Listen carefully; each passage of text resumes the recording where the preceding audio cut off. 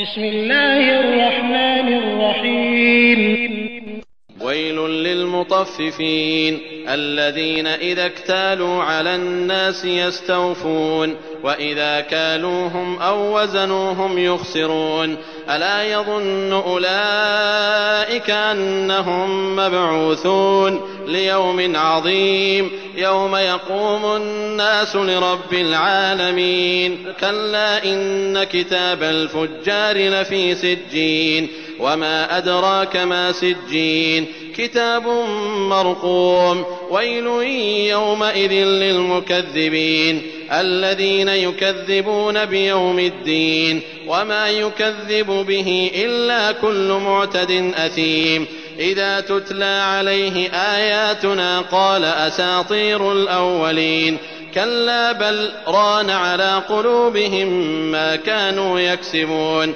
كلا إنهم عن ربهم يومئذ لمحجوبون ثم إنهم لصالو الجحيم ثم يقال هذا الذي كنتم به تكذبون كلا إن كتاب الأبرار لفي عليين وما أدراك ما عليون كتاب مرقوم يشهده المقربون إن الأبرار لفي نعيم على الأرائك ينظرون تعرف في وجوههم نضرة النعيم يسقون من رحيق مختوم ختامه مسك وفي ذلك فليتنافس المتنافسون ومزاجه من تسنيم عينا يشرب بها المقربون إن الذين أجرموا كانوا من الذين آمنوا يضحكون وإذا مروا بهم يتغامزون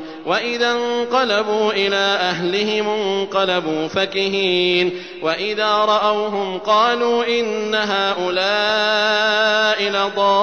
لضالون وما أرسلوا عليهم حافظين فاليوم الذين آمنوا من الكفار يضحكون على الأرائك ينظرون هل ثوب الكفار ما كانوا يفعلون. आरंभ अल्लाहच्या नावाने जो मोठा मेहरबान अतिशय दया करणारा आहे. वजन मापात कमी करणाऱ्यांसाठी मोठा नाश आहे, जे लोकांकडून मोजून घेताना पुरेपूर माप घेतात आणि जेव्हा लोकांना मोजून किंवा वजन करून देतात तेव्हा घटवून त्यांचं नुकसान करतात.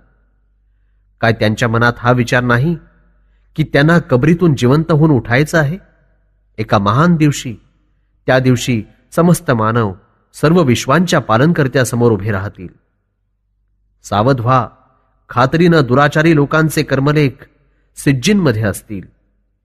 आणि तुम्हाला माहिती तरी आहे की सिज्जीन काय आहे? ते एक लिहून ठेवलेलं दप्तर आहे.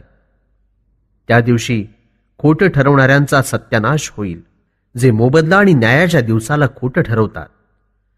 खरं तर न्यायाच्या दिवसाला तोच खोटं ठरवतो जो मर्यादा पार करून पळालेला गुन्हेगार असेल.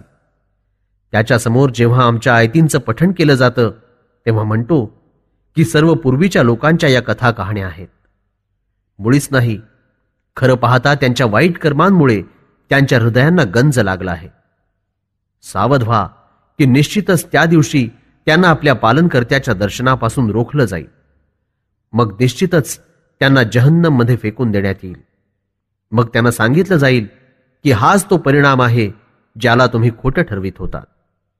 सावध व्हा की नेकी करणारे लोक इल्लियीनमध्ये असतील.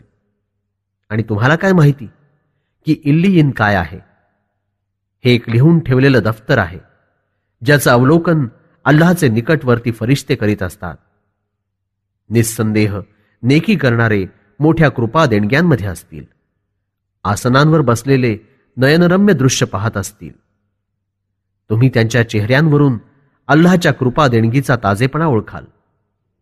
त्यांना अगदी शुद्ध मद्य पाजलं जाईल जे बंदिस्त असेल, ज्याची मोहर कस्तुरीची असेल. ज्याला इच्छा करायची असेल तर त्यानं जन्नतच्या अशा कृपा देणगीची अभिलाषा करावी. आणि त्यात तस्नीमचं मिश्रण असेल. उंचावरून वाहणारा तो झरा असेल ज्यात अल्लाहचे निकटवर्ती बंदे पीत असतील. जे अपराधी होते ते जगात इमानधारकांची थट्टा उडवीत होते आणि जेव्हा त्यांच्या जवळून जात तेव्हा नजरेनं इशारा करीत. जेव्हा आपल्या घरादाराकडे परत येत तेव्हा मजा घेत त्यांच्या वाईट गोष्टींचे किस्से सांगत. आणि जेव्हा इमानधारकांवर नजर पडत असे तेव्हा म्हणत, पहा, हेच लोक मार्गभ्रष्ट आहेत. वास्तविक इमानधारकांवर देखरेख ठेवण्याकरता त्यांना जगात पाठवलं गेलं नव्हतं. तेव्हा आज मात्र इमानवाल्यांना इन्कारी लोकांवर हसण्याची संधी आली. आसनांवर विराजमान होऊन इन्कारी लोकांची वाईट अवस्था ते पाहत असतील. कसा मोबदला मिळाला इन्कारी लोकांना त्यांच्या वाईट हरकतींचा.